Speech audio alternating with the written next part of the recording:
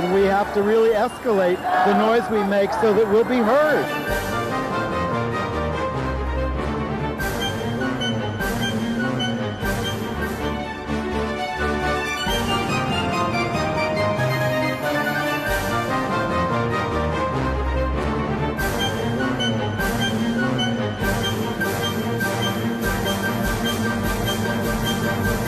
Welcome to Gay USA. I'm Andy Humm. I'm Ann Northrup. Happy Boxing Day. For this holiday week, we have a special show for you. We're going to show you 3 striking videotapes that crossed our path in the last couple of weeks. We think they're kind of inspirational. The first is a speech by Lana Wachowski, who used to be Larry Wachowski of the Wachowski brothers, now a sister, at an HRC benefit, talking about her coming out as transgender. She's a famous Hollywood director, and here's Chad Griffin of the Human Rights Campaign introducing her.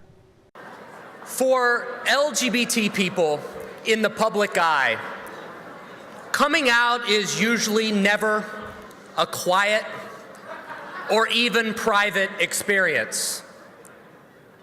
Everyone has an opinion, everyone has something to say, and for the most part, everyone has a critique as to how it could have gone differently.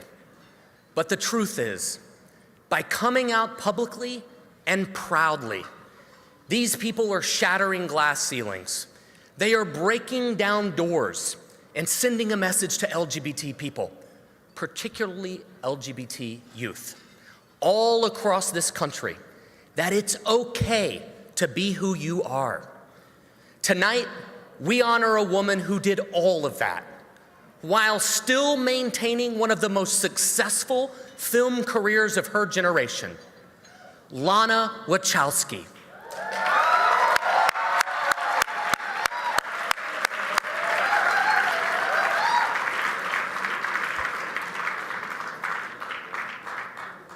Lana and her brother Andy are the brains behind one of the most successful movie franchises of all time, The Matrix. You've seen it. They wrote and produced the critically acclaimed V for Vendetta, and their next film, buy your tickets, Cloud Atlas, starring Tom Hanks and Halle Berry, opens next Friday. It received an astounding 10-minute standing ovation at the Sundance Film Festival this year. And while Lana is a legend in Hollywood, to millions of LGBT people across the world, she is nothing less than a hero. Let's take a look at the life and work of the amazing Lana Wachowski. One of Hollywood's largest directors is coming out as a transgendered woman. Larry Wachowski, who was the director for The Matrix, is now doing ads for a new movie that she directed, known as Cloud Atlas. I was just wondering why you felt it was time to address this transformation. Was it important, Lana, or because you were silent before this until this wonderful piece? You knew it was coming. Sometimes I'm afraid that people think that it was a judgment about the process or the people out there or the press, and it was never that. We just really love anonymity, and we're giving it up for a lot of reasons, some personal. I have a responsibility, I feel, to a GLBT community, and my brother is very supportive, and he's been very supportive. In the post-process, you begin taking little parts or inflections or words and creating a performance, legendary stories about this throughout the history of cinema. So performance is always created in the editing room. It seems that you've been living 2 lives. One of these lives has a future, and one of them does not. The nature of our immortal lives is in the consequence of our words and deeds. The fundament upon all our knowledge and learning rests is the inexplicable. We're always interested, as storytellers, all 3 of us, in the nature of that inexplicability.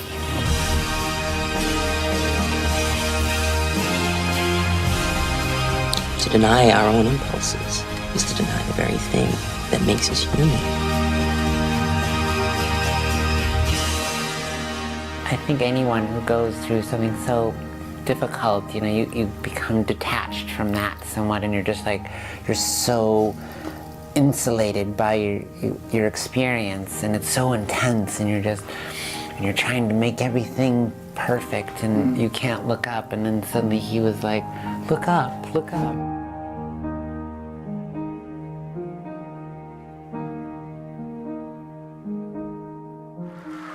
Ladies and gentlemen, please join me in welcoming to the stage the 2012 Human Rights Campaign Visibility Award recipient, Lana Wachowski.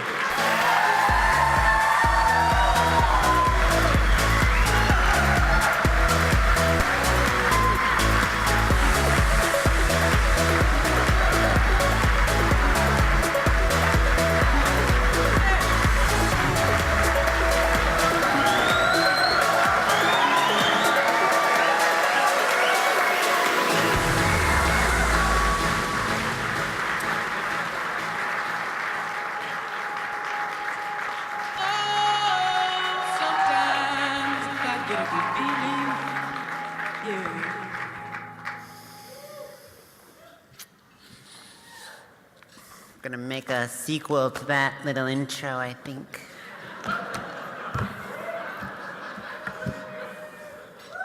I didn't have Final Cut on that. Hi.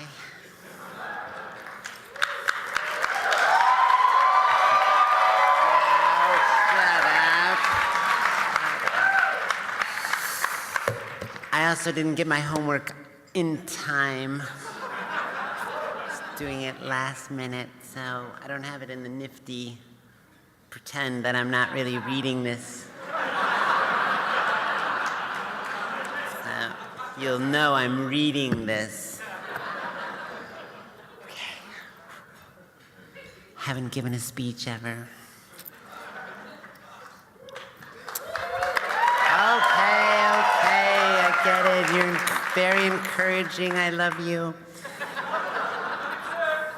So, I'm at my hairdresser's.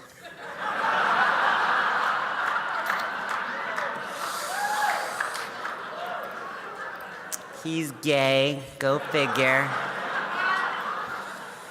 And he's asking me about this event, and I say, yeah, the HRC wants to give me an award. Really, he says. Award for what? I say, well, I guess kind of for being myself.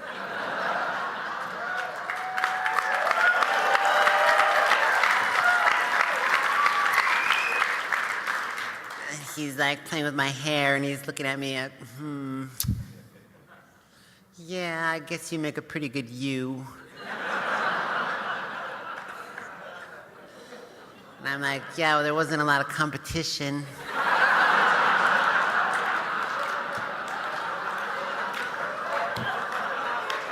And then because he's a catty bitch, he goes, yeah, good thing, just imagine if you had lost.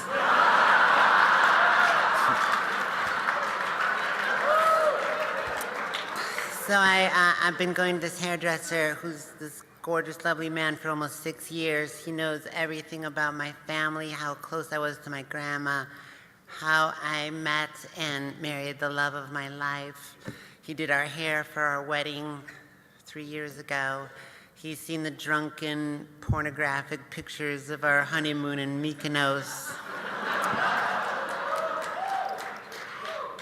But he doesn't know that I directed the Matrix trilogy with my brother Andy. And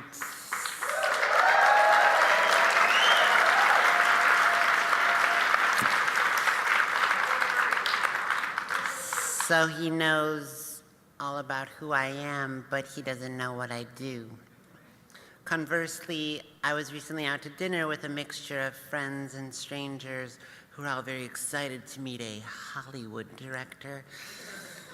But all they want to do is ask about Keanu Reeves, Tom Hanks, and Halle Berry.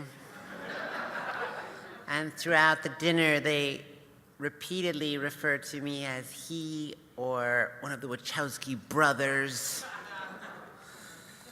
Sometimes using half my name, La.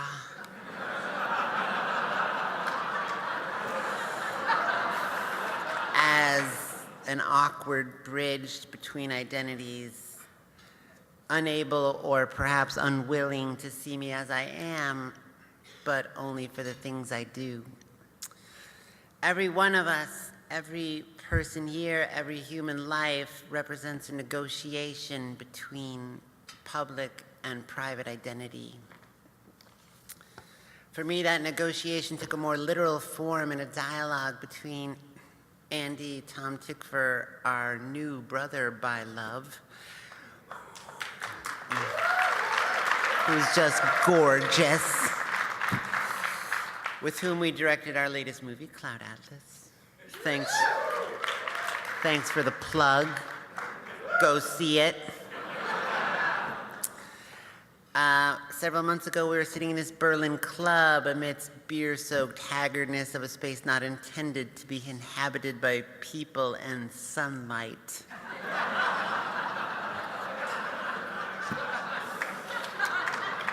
Trying to decide if we should shoot this introduction to a trailer for our movie that's about to be posted online.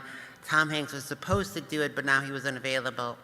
Andy and I have not done press or made a public appearance, including premieres, in over the 12 years. People mistakenly believe that this has to do with my gender. It does not. After The Matrix was released in '99, we both experienced this alarming contraction of our world and thus our lives. We became acutely aware of the preciousness of anonymity, understanding it as a form of virginity, something you only lose once. Anonymity allows you access to civic space, to a form of participation in public life, to an egalitarian invisibility that neither of us was prepared to give up. We told Warner Brothers that we decided we didn't want to do press anymore. They told us, no. This is, they were absolutely not. This is non-negotiable. Directors are essential to selling, marketing a movie. We said, okay, we get it. So if it's a choice between making movies or doing press, we've decided we're not going to make movies. I said, hang on.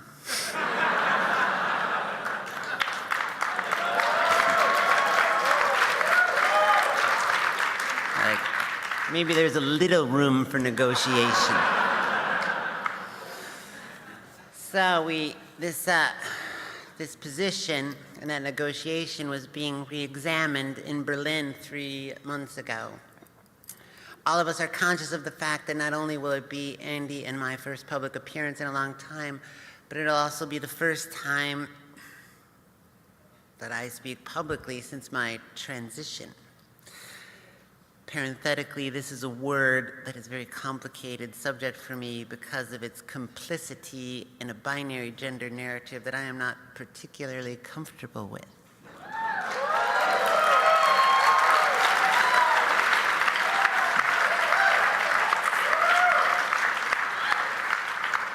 Yet I realize the moment I go on camera, that act will be subject to projections that are both personal and political. I have been out to my family and friends for over a decade, and the majority of that time I've been discussing this particular moment with my therapist, my family, and my wife, because I know eventually I'm going to do it, but I also know that there is going to be a price for it. I wasn't sure how it was going to come out. I just knew that when I finally did come out, I didn't want it to be about my coming out. I am completely horrified of the talk show, the interrogation and confession format, the weeping, the tears of the host.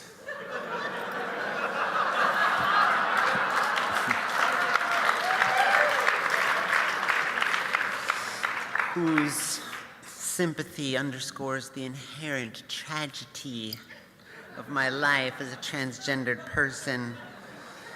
And this moment fulfilling the cathartic arc of rejection to acceptance without ever interrogating the pathology of a society that refuses to acknowledge the spectrum of gender in the exact same blind way they've refused to see a spectrum of race or sexuality.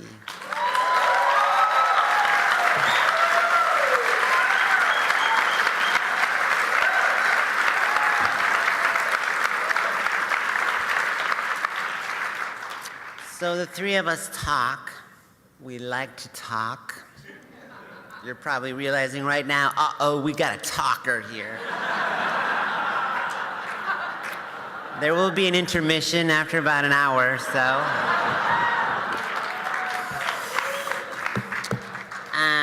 And we're alternating perspectives, quite conscious of the fact that we have just made a film about this subject, about the responsibilities human beings have to one another, that our lives are not entirely our own. There is dialogue from the film merging easily with our discussion, and I find myself repeating a line from a character who I was very attached to, who speaks about her own decision to kind of come out. She says, "If I had remained invisible, the truth would stay hidden, and I couldn't allow that." And she says this aware that even at the moment she's saying it, that the sacrifice she has made will cost her her life. Suddenly I begin this very intense rush of images, thoughts, and memories going through my mind, a kind of life flashing before my eyes that happens, people describe near-death experiences. As it begins, I start to understand just how complex the relationship between visibility and invisibility has been throughout my life. I remember the third grade. I remember recently moving and transferring from a public school to a Catholic school. In public school, I played mostly with girls. I have long hair, and everyone wears jeans and t-shirts. In the Catholic school, the girls wear skirts, the boys wear pants. I am told I have to cut my hair.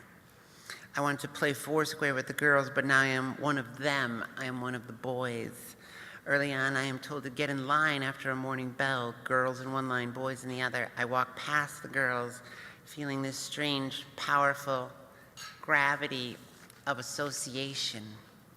Yet some part of me knows I have to keep walking. As soon as I look towards the other line, though, I feel a feeling of differentiation that confuses me. I don't belong there either. I stop in between them. The nun, I realize, is staring at me. And then she's shouting at me, and I don't know what to do. She grabs me, and then she's yelling at me. I'm not trying to disobey, I'm just trying to fit in. My silence infuriates her, and she starts to hit me. And suddenly, most improbably, if it happened in a movie, you would never believe this, but there's these screeching tires, and my mom suddenly just happened to be driving by. Like, totally true. She jumps out of her car, she hurls herself at this nun, rips me away from her, rescuing me. She warns her, the nun, never to touch me again. And I have.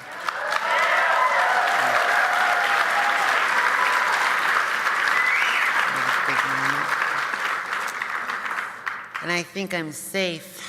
But then she takes me home, and she's trying to understand what happened. But I have no real language to describe it. I just stare at the floor, and she keeps asking me over and over what happened, and I begin to feel the same frustration, the same mounting fury that I felt with the nun. She tells me to look at her, but I don't want to, because when I do, I'm unable to understand why she can't see me. The last time I was asked to make a speech like this one, it was my 8th grade graduation. I was valedictorian of my class, and Mr. Henderson, my teacher, informed me that I got to give a speech as a result of being valedictorian. I didn't think this was a very good deal.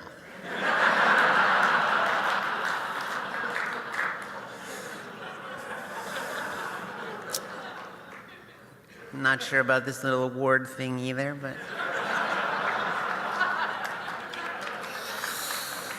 Being painfully shy, I declined. I said, let someone else be valedictorian. He didn't like this answer. He said, that's not how it works. He said he understood how I felt. No one likes giving speeches. Why do we do it? But I had to.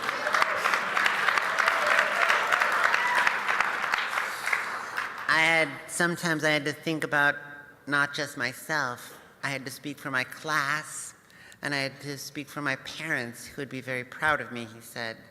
There are some things that we have to do for ourselves, but there are other things that we do for other people. So I wrote this speech back then, much as I wrote this one, with butterflies churning. I worked on it at night, wearing the slip that I used as a nightie that I had stolen from my sister. I wrote about the way that knowledge had an actual materiality, not unlike the materiality of a ladder that could be used to gain access to places and worlds that were previously unimaginable. I have no real memory of giving that speech. I remember afterwards being in the bathroom, hiding in a locked stall, feeling the slip I wore under my suit as I cried, feeling stupid and that I was a liar because I was unable myself to imagine a world where I would ever fit in.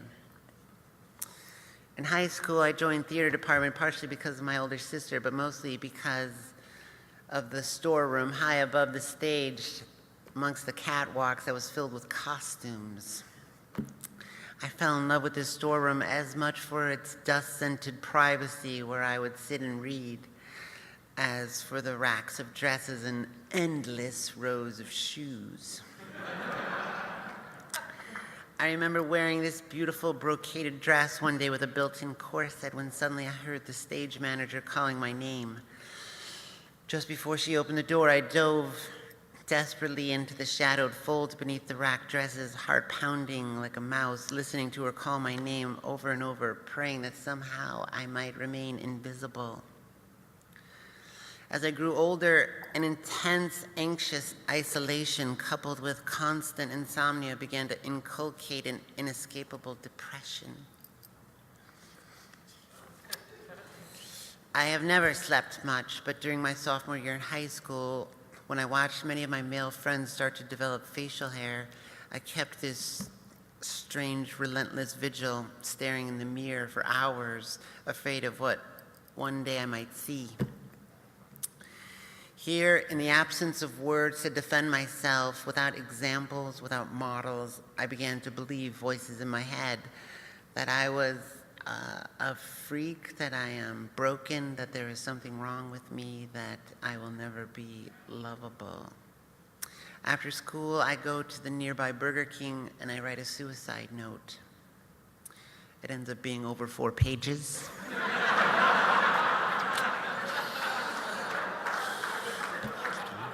I'm a little talkative. But it was addressed to my parents, and I really wanted to convince them that it wasn't their fault. It was just that I didn't belong.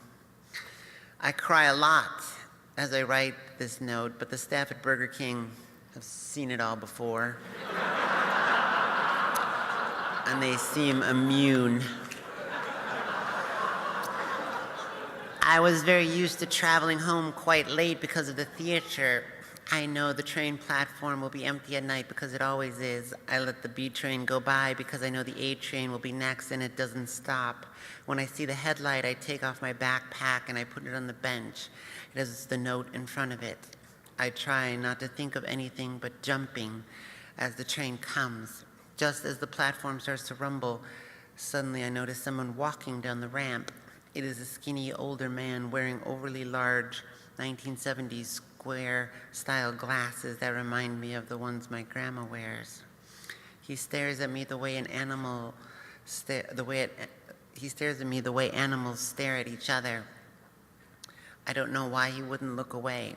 All I know is that because he didn't, I am still here.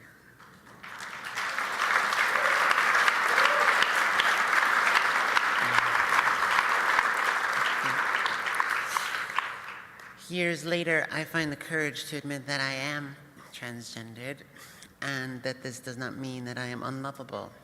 I meet a woman, the first person that has made me understand that they love me not in spite of my difference, but because of it.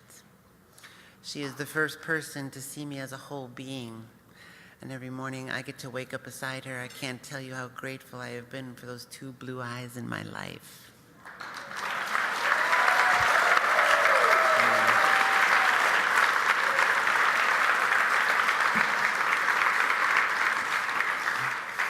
In Sydney, Australia, I finally came out to my family.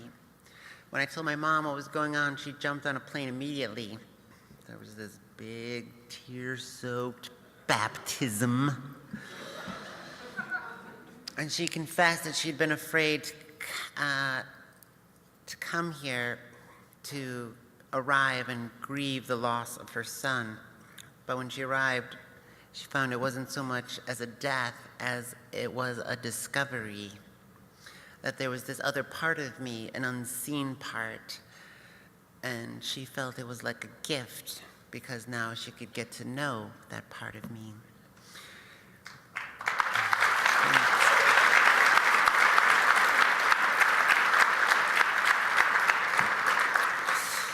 We went to dinner. I dressed as feminine as I could, wanting to be seen by strangers as Lana, hoping that waiters would not call me sir or he, as if these people suddenly had the power to confirm or deny my existence.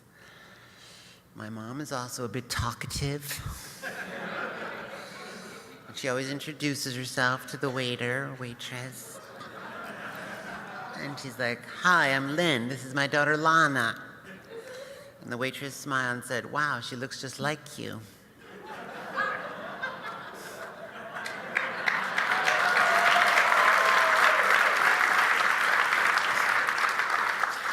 When my dad arrived, he shrugged it off. Easier than accepting that his wife and daughter had once voted for Jane Byrne instead of Harold Washington. A choice that still rankles him today. He said, "Look, if my kid wants to sit down and talk to me, I'm a lucky man. What matters is that you're alive, you seem happy, and that I can put my arms around you and give you a kiss."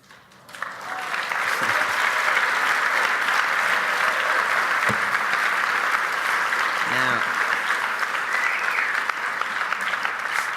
having good parents is just like the lottery. You're just like, "Oh my God, I won the lottery. What the? I didn't do anything." I remember thinking about my dad's words, his acceptance of me when my wife and I first read about Gwen Arroyo. It seemed impossible that something like that could happen so close to this city. And yet here was this person like me murdered by ignorance, by prejudice, murdered by intolerance. It seemed in direct inverse proportion to the kind of acceptance of my family, murdered by a kind of fear that seeks to obliterate any evidence that would prove that the world is different from the way they want to see it, from the way they want to believe it to be. Invisibility is indivisible from visibility. For the transgender, this is not simply a philosophical conundrum. It can be the difference between life and death.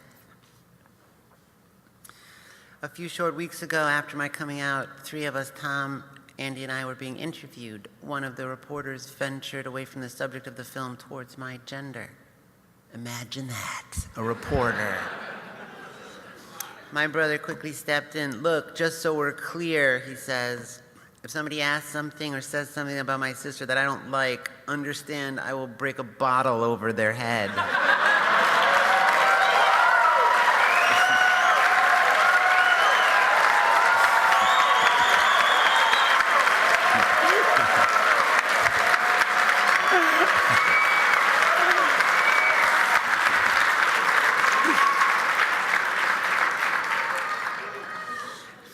Few words express love clearer than these.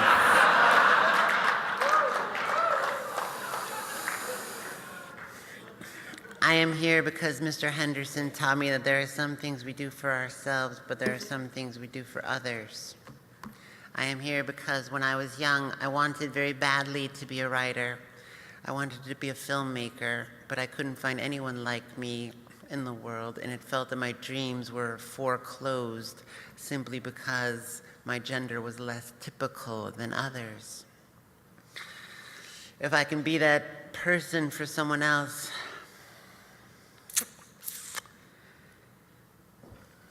then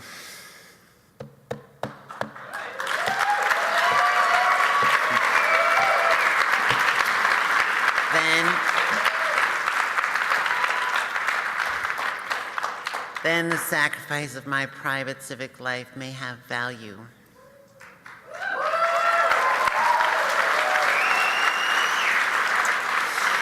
I know I am also here because of the strength and courage and love that I am blessed to receive from my wife, my family, and my friends. And in this way, I hope to offer their love in the form of my materiality to a project like this one started by the HRC, so that this world that we imagine in this room might be used to gain access to other rooms, to other worlds previously unimaginable. Thanks very much.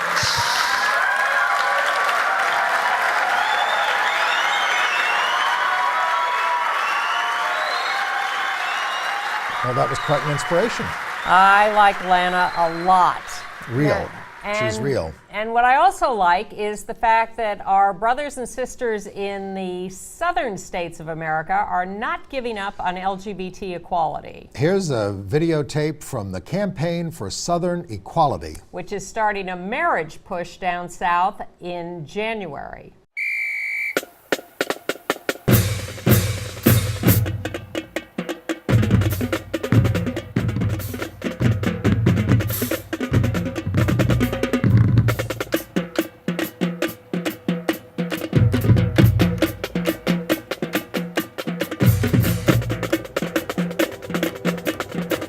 We live in every town across the South. We play sports.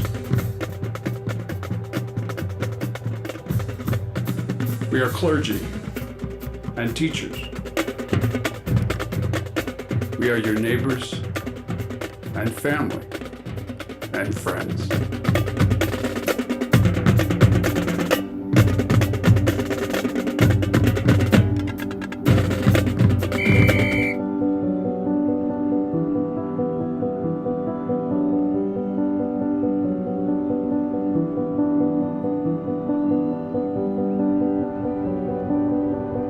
And we are LGBT people and families. But in the South, we're also second-class citizens. I can be fired just for being who I am. My partner and I have amazing kids, and we're not able to be legally married. Equality has never happened on its own. That's why we all need to stand up for what's right. Even when it's tough. We may be the underdogs, but we're not backing down. We have one goal: full equality under federal law. This isn't a game. This is about our lives. That's why we're taking action all across the South.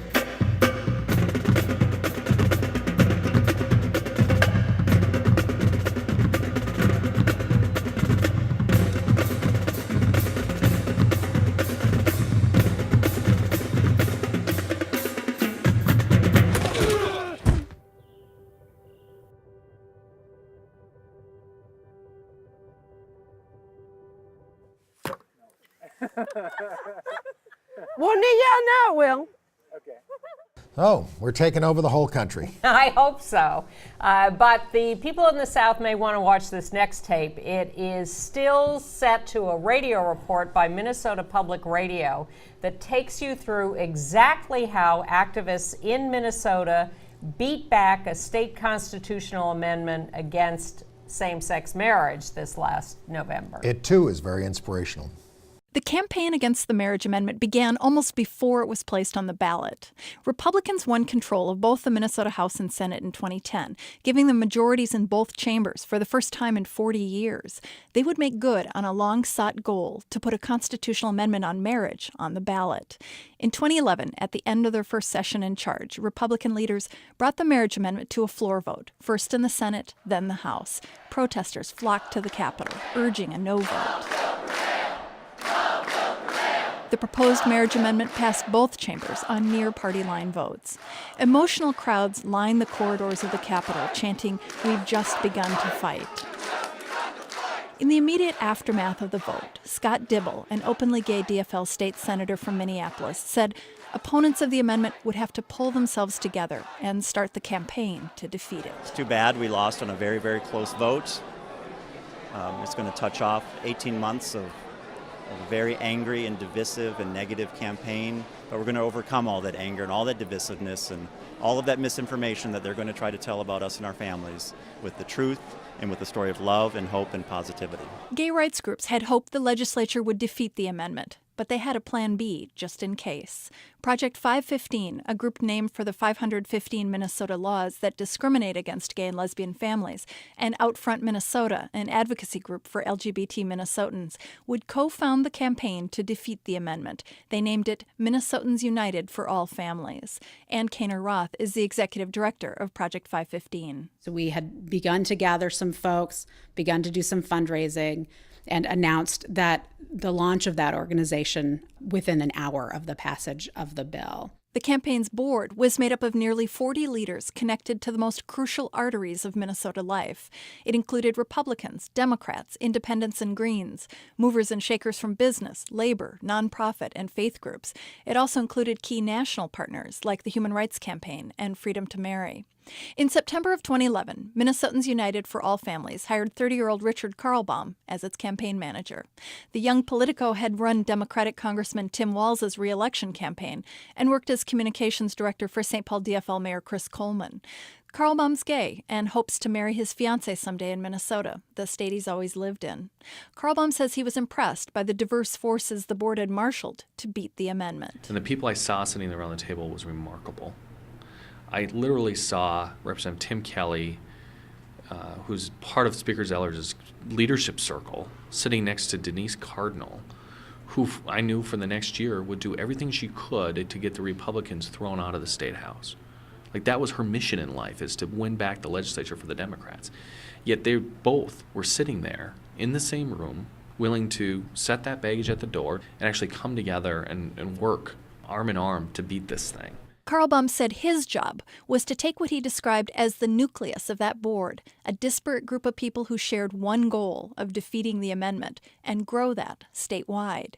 He would need a massive amount of money. Proponents of the amendment talked about raising $5 million. Minnesotans United would need to match that, and then some. At his last staff meeting before the election, Carlbaum reminded his team of the mountain of cash they'd raised. When I started in September 2011, I was asked to develop a budget to what I thought we'd need to win. And I developed an $8 million budget, a $10 million, and a $12 million budget. And the board of directors and some supporters told me that I should actually be developing a 4, 6, and 8. And that's the most we would ever raise in order to beat this amendment.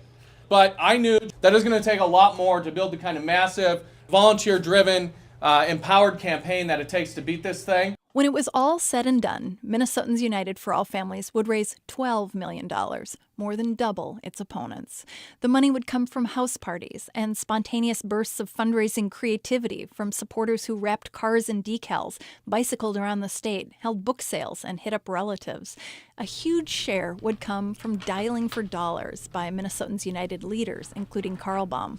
In a tiny room at the front of the St. Paul campaign office, Carlbaum worked the phones while an assistant handed him sheet after sheet of donor prospects, some of them being hit up again and again. So I'm calling to ask you to dig deep and sacrifice one last time and to make a contribution of $1,000. Out of the gate, Minnesotans United would dominate the race financially. Their opponents, Minnesota for Marriage, the main group working to pass the amendment, said they expected to be outspent.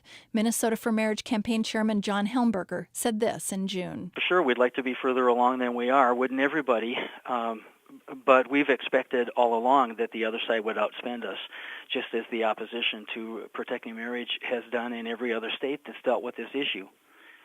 We don't have to change a lot of minds because the majority of people are with us already. The campaign finance reports revealed vastly different stories about the campaigns the two sides were building. Minnesota for Marriage testified before the Campaign Finance Board that naming donors could subject amendment supporters to harassment. Most of the group's money came from the Minnesota Catholic Conference, the Minnesota Family Council, and the National Organization for Marriage. Few individual donors were named. By contrast, Minnesotans United reported the name of each and every donor, even those beneath the reporting threshold. By the end, more than 67,000 people contributed to the campaign, 92% of them from Minnesota. And some of those names would be a who's who of Minnesota. The Pohlad family, Governor Dayton's sons, Marilyn Carlson Nelson, Bill George, the former CEO of Medtronic, and the CEOs from General Mills, Cargill, and Ecolab. Companies took a stand too. St. Jude Medical, Thomson Reuters in Minnesota, and General Mills came out publicly against the amendment. Marriage amendment supporters staged a boycott of General Mills in June, filmed by The Uptake.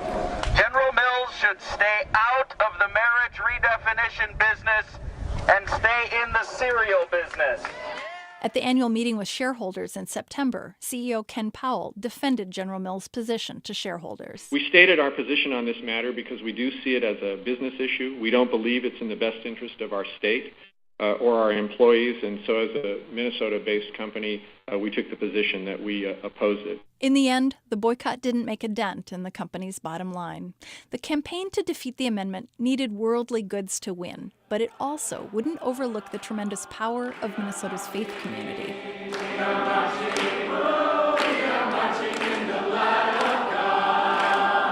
Clergy United for All Families launched in June of this year. Catholic, Jewish, Unitarian, Quaker, and every mainline Protestant faith were represented. Carl Baum says Minnesotans United harnessed energy that had been mounting in a broad spectrum of faith communities. In the early stages of this campaign, it was that the faith community was there. They were the ones early in this campaign where we had a gathering and we were hoping to get, 100 people, and there were 550, 600 people who showed up. It was unbelievable. Carl Baum says it was that moment, 4 days into his job, when the faith turnout blew him away, that he knew the campaign might really win. Carl Baum says many Minnesotans look at the issue of same-sex marriage through a religious lens. The campaign would embrace that rather than cede the religious ground to their opponents, who were led by evangelicals and the Catholic Church. Minnesotans United wanted to turn the religious freedom argument in its favor. Its faith communities wanted to bless the unions of same-gendered couples, and a constitutional amendment would limit their religious freedom to do that. In June, NPR News interviewed Minnesotans United's faith director, Lutheran pastor Grant Stevenson. Houses of worship would be places for Minnesotans to engage with each other on the deeply personal issue of same-sex marriage. Stevenson said the emphasis would be on listening, not lecturing. I wish this wasn't on the ballot, but there is an opportunity here for congregations to really get to know each other better and to grow in their ability to understand where someone on the other, someone sitting next to them in church or in the synagogue is at. There's an opportunity, and we're trying to take advantage of that opportunity. It may be that we'll come through not only defeating the amendment in the fall, but with a bunch of faith communities who know each other a lot better than they did a year before. Clergy United would grow to include 600 leaders from 100 faith communities, reaching into every corner of the state. The Catholic Church would play a towering role on the other side of the amendment debate. The state's bishops had made passage of the marriage amendment their top political objective. Catholic leadership wouldn't allow debate over the issue within the church, so dissension spilled out in the public square. In May of this year, in 2 separate events, 80 former priests and 3 retired priests spoke out against the amendment. Father Tim Power, ordained in 1966, said he was compelled to speak out by the collective silence imposed on priests by the church. One of the things that kind of pushed me towards this is people saying to me, where is the voice of the priests that believe the way we do? You can't all believe the party line. And I'm thinking, yeah, where are they? That's us. Lawn signs sprang up saying another Catholic voting no.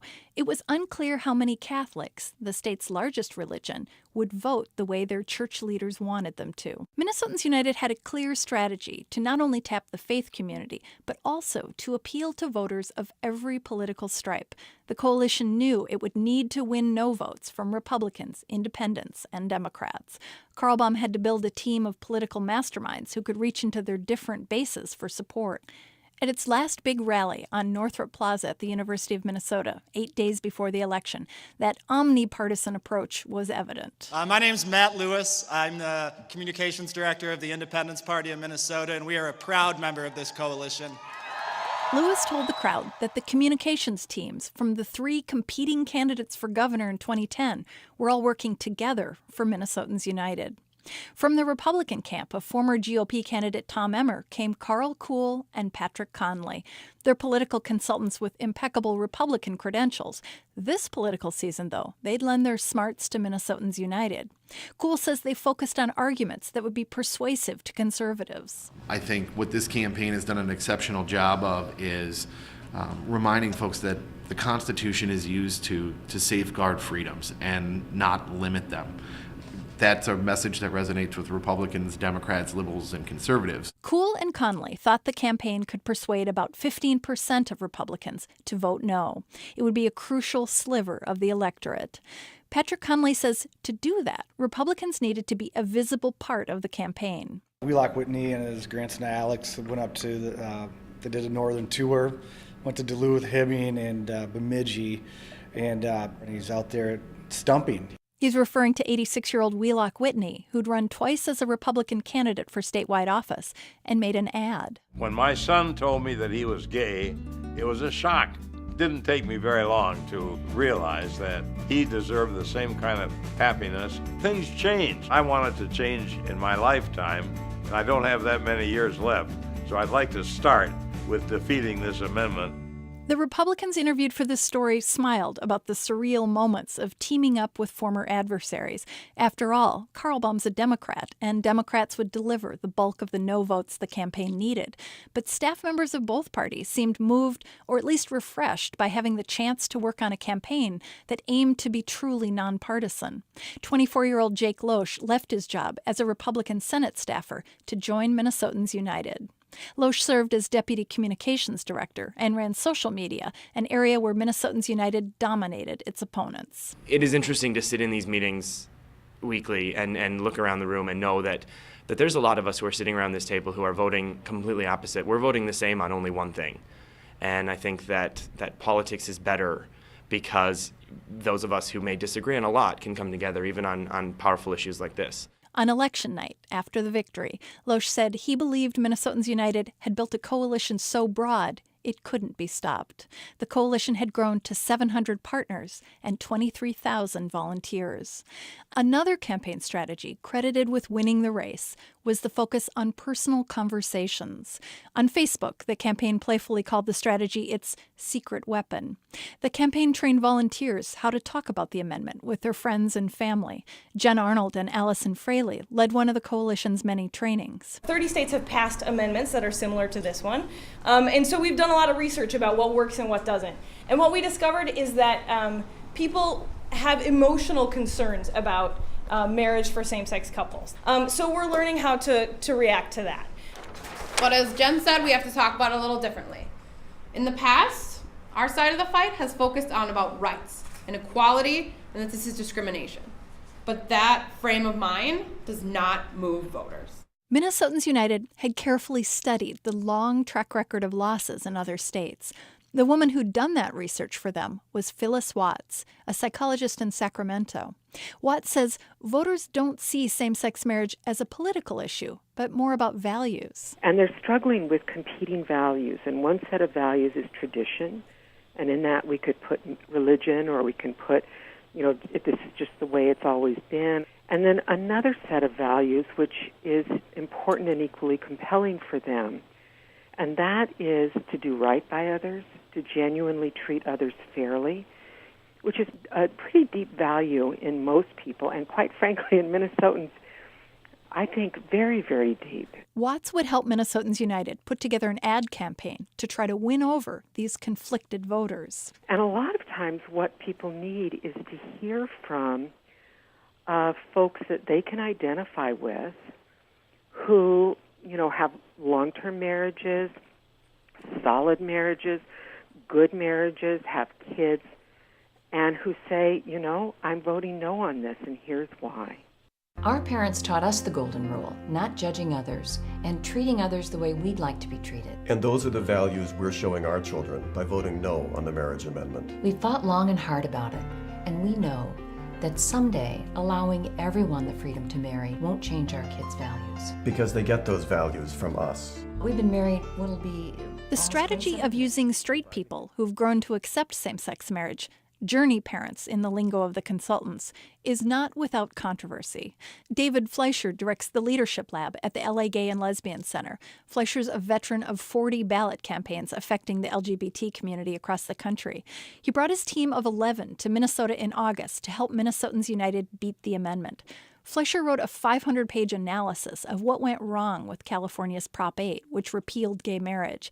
It's a report Minnesotans United staff devoured. Fleischer says Minnesotans United and other campaigns defending same-sex marriage around the country sometimes struggle with how to present gay people in their ads. And part of the reason for that is that when you do polls and focus groups to test potential messages, messengers, and ads, gay people don't test that well. Turns out we're unpopular. Turns out if you give people a choice between chocolate ice cream or chocolate ice cream with added gay, people choose chocolate ice cream. I just summarized millions of dollars of research done for these campaigns. Fleischer warned Minnesotans United to prepare an adequate response to the inevitable ads the other side would bombard voters with in the final weeks of the campaign. Ads run by marriage amendment supporters in other states warned of young children being taught about gay marriage in school, stoking a visceral fear in many parents that the gay rights side was powerless to overcome. 20 days before the election, Minnesota for Marriage dropped the tough ads Minnesotans United had been waiting for. When same-sex marriage has been imposed elsewhere, it has not been live and let live. People who believe marriage is one man and one woman have faced consequences. Small businesses fined, individuals fired, charities closed down, churches sued, same-sex marriage taught to young children in elementary school, and parents have no legal right to be notified or to take their children out of class that day. Minnesotans United pounced. They'd pre-bought $1 million worth of ad time. They hoped the conversations with real people would inoculate voters from the power of the ads. They developed a rapid response team. One of Governor Dayton's communications staffers was on loan to fact-check ad claims and push them out to the media. Clergy United spoke out against the claims in the ad. Several media, including NPR News, fact-checked the claims and found them misleading. And when it came to claims about children, the Vote No Coalition helped to neutralize Minnesota for Marriage's arguments by having the Minnesota chapter of the American Academy of Pediatrics in its corner. Toward the end of the campaign, Carl Baum seemed upbeat that his campaign could withstand the firepower of $3 million worth of ads the opposition had bought. Minnesotans United countered with an ad from Cottage Grove Republican lawmaker John Kriesel, whose speech against the amendment on the House floor had gone viral. Corporal Andrew Wilford. He gave his life in Afghanistan protecting our freedoms. He was gay. I cannot look at this picture and say, Corporal, you were good enough to fight for your country and give your life, but you were not good enough to marry the person you love. I'm pleading with you to vote no. Vikings punter Chris Kluwe jumped into the fray. His outspoken opposition to the amendment likely brought the vote no message to a new audience of sports fans and men.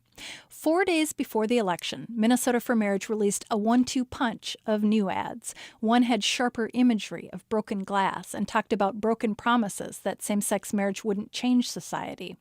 The other was softer. Women talked about how they could care about gay people and still vote yes. Everybody knows somebody who's gay. Gay or straight, we're all entitled to love and respect. but we can support gays and lesbians without changing marriage. Having lost the argument decades ago that being gay was an illness, abnormal, or a lifestyle choice, marriage amendment supporters had to finesse how voters could know and care about gay people and still vote yes. They said the amendment wasn't anti-gay and it wasn't personal. Carlbaum didn't buy it. I am sorry. What planet do you live on when you don't think that this is hurtful? But his campaign was careful not to label their opponents or engage in name-calling. 14 months before the election, Carlbaum said in his first interview with NPR that he wanted to foster a conversation that Minnesota could be proud of.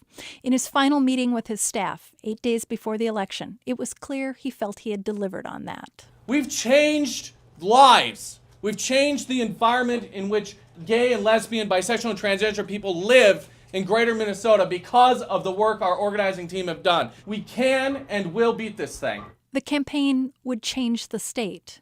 It would force delicate and personal conversations, many for the first time. While anti-amendment orange signs blazed in the Twin Cities metro, the outcome was less sure in exurbs and greater Minnesota. In Hibbing in June, Wendy Griffiths wondered aloud at a meeting of the Iron Range GLBTA what would happen. It's weird to think that these neighbors, these people I don't know, are choosing for us. It kind of freaks me out a little bit. You know, how we make the phone calls and whatever. It's a little disheartening to, like, is there going to be enough support? As it turned out, a majority of Minnesotans had their backs. 52% cast a no vote or left their ballots blank. Minnesota became the first state to vote down a constitutional amendment limiting the rights of gays and lesbians to marry. The same night, voters in Maine, Maryland, and Washington state backed same-sex marriage. The day after the election, at a rally at the Capitol, where the campaign had begun 18 months before, DFL State Senator Scott Dibble reminded supporters of what they'd accomplished. Guess what? Love prevailed! Woo! Yeah! The organization Minnesotans United built over a year and a half with an army of donors and volunteers may play a role again as the state ponders whether to legalize same-sex marriage. Well, it's been quite a year. Happy holidays to all, and here's hoping for a great 2013. Happy New Year. We'll see you then.